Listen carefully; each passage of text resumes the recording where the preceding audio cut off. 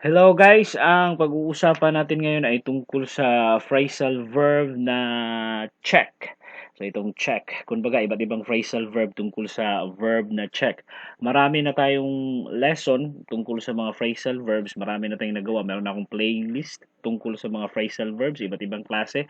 Pero ngayon, magfo-focus tayo sa phrasal verb na check dahil napaka-importante nito at palaging ginagamit sa mga pangungusap pagdating sa English language. Mapapansin natin na palagi itong ginagamit sa mga pelikula, lalo na sa mga Hollywood films or sa mga kanta, yung mga English songs at napakagamit, kumbaga, everyday use, daily use itong phrasal verbs. Kasi itong phrasal verbs, guys, ay pinagsamang verb at preposition na merong iba't ibang ibig sabihin kaysa sa yung kanyang actual words or minsan marami itong ibig sabihin kaya kailangan natin itong pag-aralan na kasi napaka-importante niya. Yun nga, dahil araw-araw itong ginagamit yung mga phrasal verbs. Hindi natin siya titingnan as word per word dahil mag-iiba yung kanyang ibig sabihin.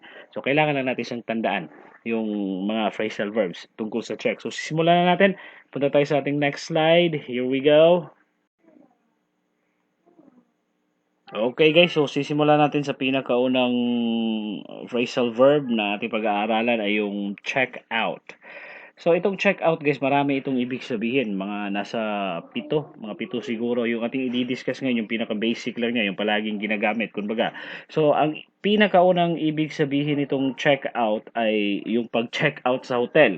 Pag alis sa hotel, kumbaga pag nag-stay ka sa isang hotel, 'di ba? Magi-stay ka doon, aalis ka na. So kailangan mong mag-check out para bayaran mo yung bill mo sa hotel. At isa pang meaning nito ay to look at. Yun yung kanyang ibang, yung synonym niya, kumbaga, yung ibang words na pwede mong gamitin about sa check out is to look at. To check out something outside the house or outside the door or to check something on kung ano mang i-check mo, ano bang gusto mong hanapin o gusto mong tingnan, to look at, yun yung kanyang ibig sabihin.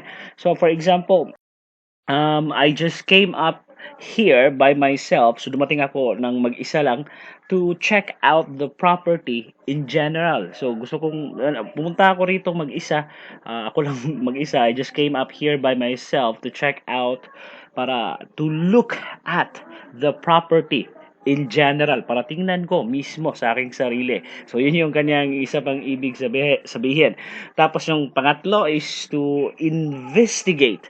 Mag-imbestiga. I have to check out what happened. Ganyan. So, yun yung mga iba pang example niya. Or to find out. So, yun yung ibang pwede natin gamitin instead of using check out. Pero mas maganda pakinggan yung phrasal verbs kasi, phrasal verb kasi napaka gandang pakinggan dahil parang natural natural na natural ba kumbaga. So, yung iba pang kanyang ibig sabihin is to confirm it's true. Kung totoo ba, confirm is to confirm it's true, kung totoo ba ito, kung ikukumpirma kung totoo ba. I have to check out if the paper was done or if something happened.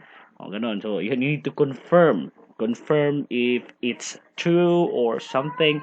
So, yun yung kanyang unang ibig sabihin. So, pasensya na kayo guys sa background noise. Yun, anak ko po yun. Liligo. Medyo maingay po kasi siya. Kaya, pasensya na kayo. And then, sa next word natin is to check by. Ang ibig sabihin nitong check by, guys, na phrasal verb is to go somewhere to see if everything is okay. So, pupunta ka sa isang lugar, may titingnan ka kung i-check mo yung isang bagay kung ito ba'y okay, wala bang problema. So, yun yung ibig sabihin nitong check by. So, magagawa tayo ng sentence example para mas maintindihan natin mabuti. So, we need to check by the lawyers. Kailangan nating pumunta sa mga abogado, lawyer's office, sa opisina ng abogado to make sure the papers are ready. So again, ulitin ko lang yung example, yung sentence example, we need to check by the lawyer's office to make sure the papers are ready. So, kailangan nating pumunta sa mga abogado, sa opisina ng mga abogado para masiguro natin kung handa na ba ang mga papeles. We need to check out by the lawyer's office to make sure the papers are ready. So, yun yung isa pang maibig sabihin ng check by. Tapos, yung pangatlo naman, itong check-in, ito yung kabaliktaran nitong check-out. Di ba sa check-out, kapag lalabas ka ng hotel, you need to check out para magbayad ka ng bill mo, para palabasin ka, hindi ka ulihin. Kasi hindi ka magbabayad. Kapag hindi ka mag-check out, hindi ka papalabasin sa hotel. So, yun yung kanyang kabaliktaran. So, yung una, bago ka pumasok sa hotel, bago ka mag-check out, bago ka mag-stay, so you need to check in. Kailangan mong mag-check in sa hotel to enter a hotel.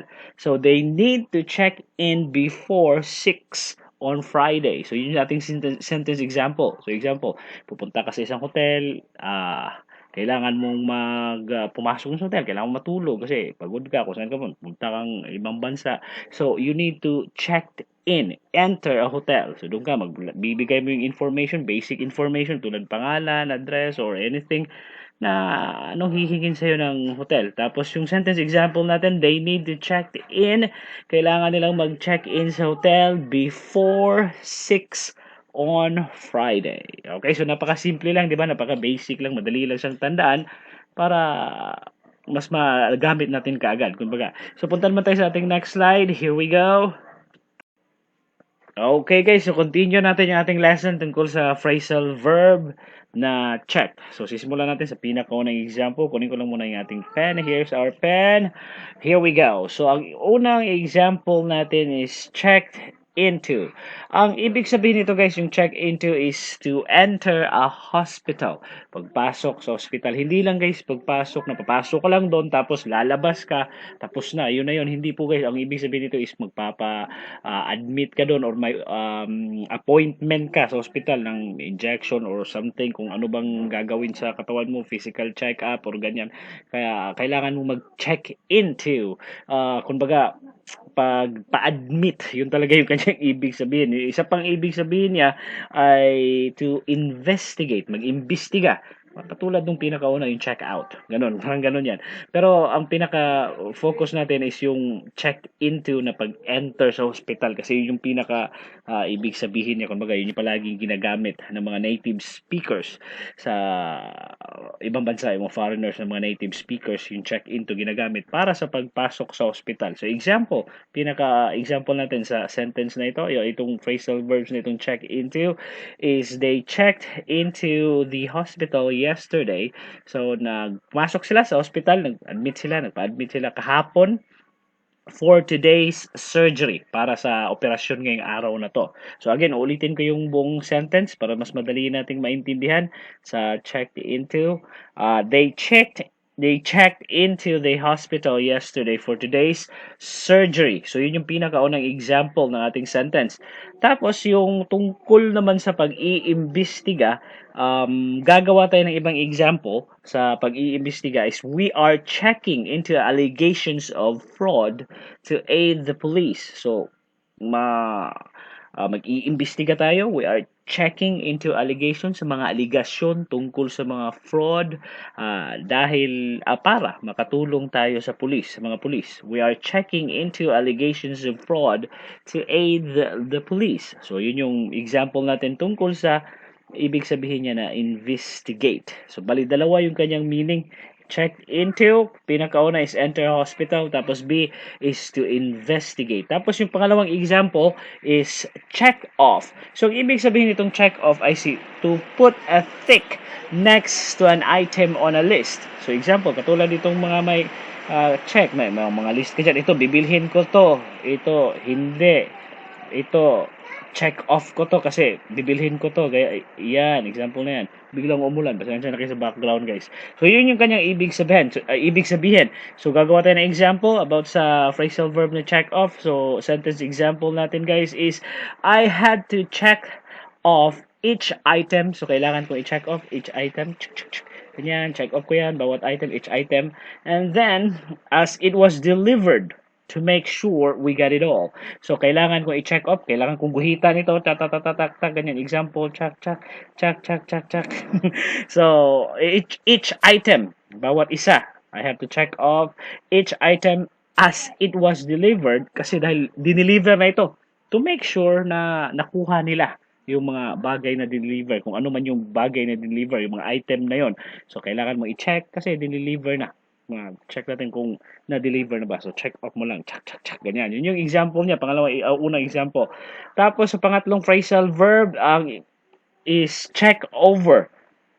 So, ang ibig sabihin nitong check over, guys, is closely examined. So, yung talagang tinuuna ng pansin, in-examine ng todo. Ganyan, kung baga, tinignan mabuti, in-examine ng in-examine, check over.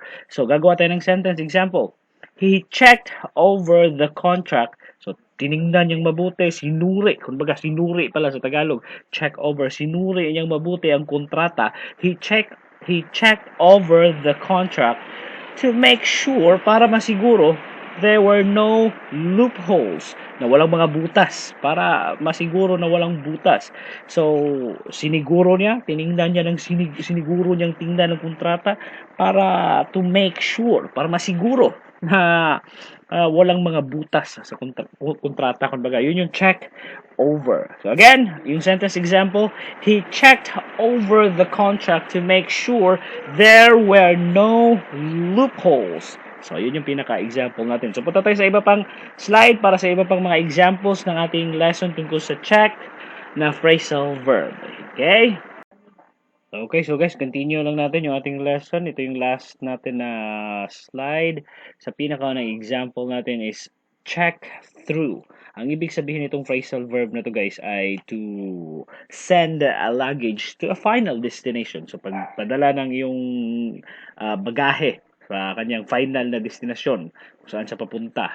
Yun yung kanyang ibig sabihin. Katulad nung sa airport, lalagay mo yung baggage mo, doon sa itong conveyor, doon lalagay yan, mapunta, dadalhin kung saan. Siyempre, kasama ka. Sa aeroplano, sakay ka doon sa loob ng aeroplano. So, example, gagawa tayo ng sentence example, your luggage is checked through to Athens. So, yung iyong bagahe ay, napunta na, nadala na doon sa Athens kung naiwan ka sa aeroplano. Sa capital yun ng Greece, ganun example. Tapos yung sumunod natin na phrasal verb is to check with. Ang ibig sabihin niya, guys, is to ask. Wait lang, may pumasok yung update. Okay, so balik tayo yung ating pangalawang sentence, yung phrasal verb is checked with.